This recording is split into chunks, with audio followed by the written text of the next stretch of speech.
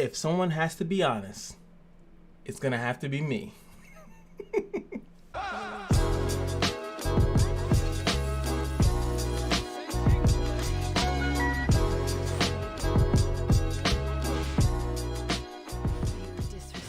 What's going on, guys? It's your boy Cash, and we're here today to talk about ALENCIA. It is the new year, the year of the new. It is 2020, and Epic 7 is actually doing pretty good for itself, or doing better, I should say.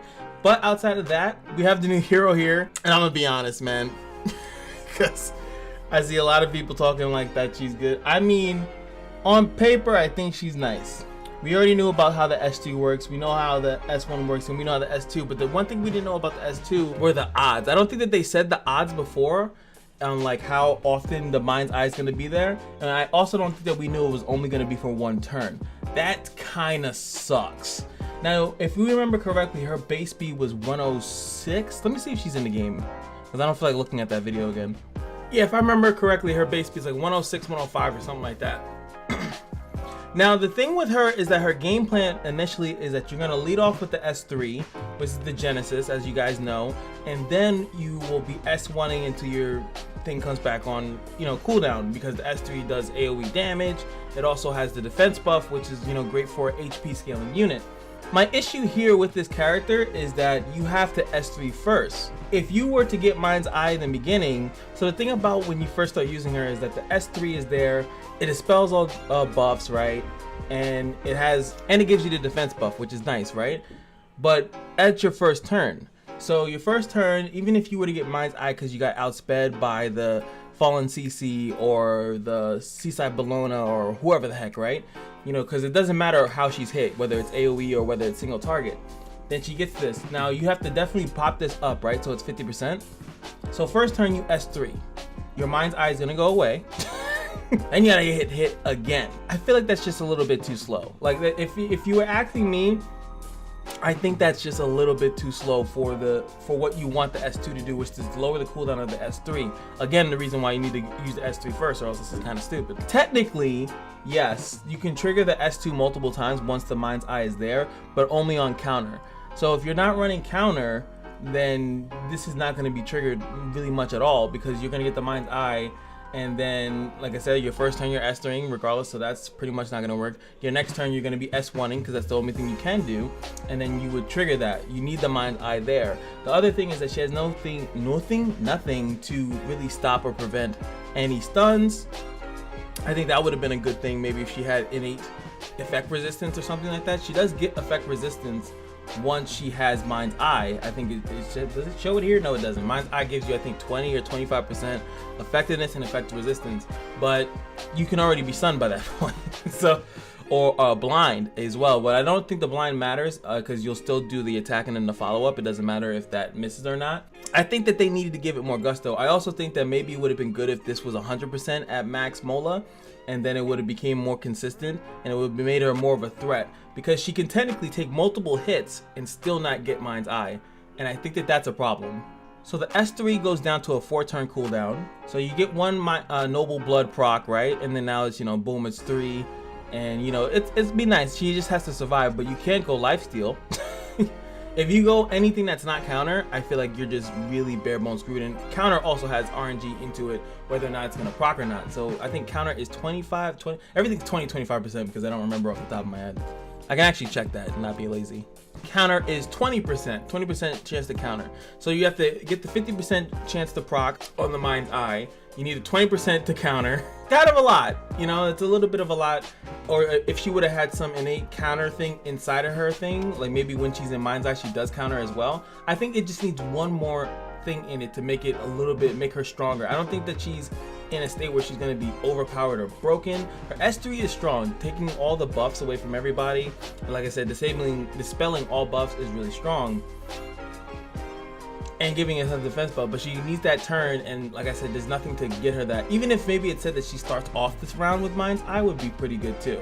I think that would be a nice touch as well. Maybe start off the round with Mind's Eye, still give it the 50% and things of that nature. Now I know I call her trash, she's okay, she's decent, but I think that oh yeah, here it is. The Mind's Eye gives you effectiveness and effect resistance. I just think that those two things would be nice. Either 100% Mind's Eye when you get hit, or keep it at 50 but guarantee a counter attack. So then you don't have to run counter. You can actually be more flexible with like lifesteal so she can sustain better.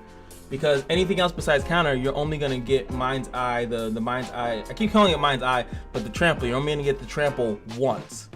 And it would be more beneficial if you got the trample multiple times, so you can lower the cooldown of this in against an AoE comp. So you see them, she's a really good last pick. You see them make a very AoE oriented team, or you plan to let them get their AoE pick in RTA. And then now she comes in, and then she's gonna get the Mind's Eye, hopefully keep countering with the trample, and then lower the Genesis to keep that up. But it sucks because then she's not healing. It would be really good if she can heal or something like that. But I could be making the character too strong. I'm guilty of doing that. But it is what it is. Let me know what you guys think of the character now that we see more in depth of how the character actually works, outside of it just being like, cool, she's a kung fu dragon lolly. Also, I'll touch on her artifact. Her artifact is actually decent. As I've been seeing everywhere, is that, you know, it's okay, but it's not amazing, just because it does take a little bit to stack. It's 1% each time a person takes turns. It's really good if your ally or yourself, either your ally or the enemy, have characters that take multiple turns. So, you know, if you have people that are just spamming, let me give it a quick example. You know, Spectre Tenebia, her Soul Burn, I think, gives her extra turn. You have Tywin Soul Burn, I think, gives him an extra turn. You have characters like BB Karen that gets an extra turn, and that will allow the warrior with this artifact to kind of ramp up their crit. And of course, as the match goes on, it goes quicker. But that's the only downfall to this. If it's a quick match, then this thing is what? If she's too quick, if you build her too quick, like the actual character, the warrior, she's gonna have like what, 2%? Because I can't judge it on being maxed, right? Because I think that's ridiculous. You can't say, oh, this thing is maxed out. Yes, for people that are gonna wail to their life away, yes, they'll have this maxed out if they really want it. But for most people, they might get 1-2 copies while they're summoning for ALENCIA, so they might have 1 or 2 copies, so it's not going to be maxed out where it's going to give you 40% crit chance after people have taken multiple turns. I also think it probably works pretty good in PvE content, but no one really cares. I think everyone has PvE content at this point pretty much in the bag. They got the camp squad, they know the perfect camp with the perfect morale, and that's already solved by this point for most people. So I think that overall, I think that this is good. She's good. Her artifact's okay. I think the warriors still have slightly better ones. The scythe, I think, is just amongst one of the better ones.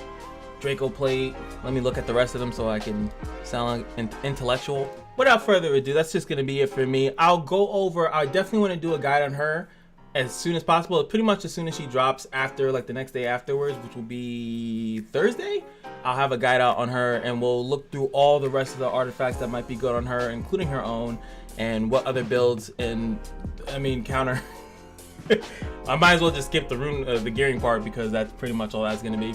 But yeah, hope you guys are looking forward to that. Well, let me know what you guys think about it in the comment section below of her artifact and herself. That's pretty much the reason why I make the video. I just kind of want to know what you guys think about her, and you know, where's the split divide. I'm on the side that she's average at best, and she's not going to really change any of the meta pretty much whatsoever, unless they change her S2 to make it a little bit stronger.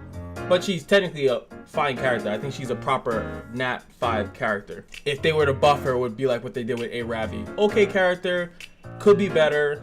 This is how you make it better. Anyway, that's going to be it for me. Just remember that every day at the Kashino is your lucky day, and I will see you guys in the next video. Peace.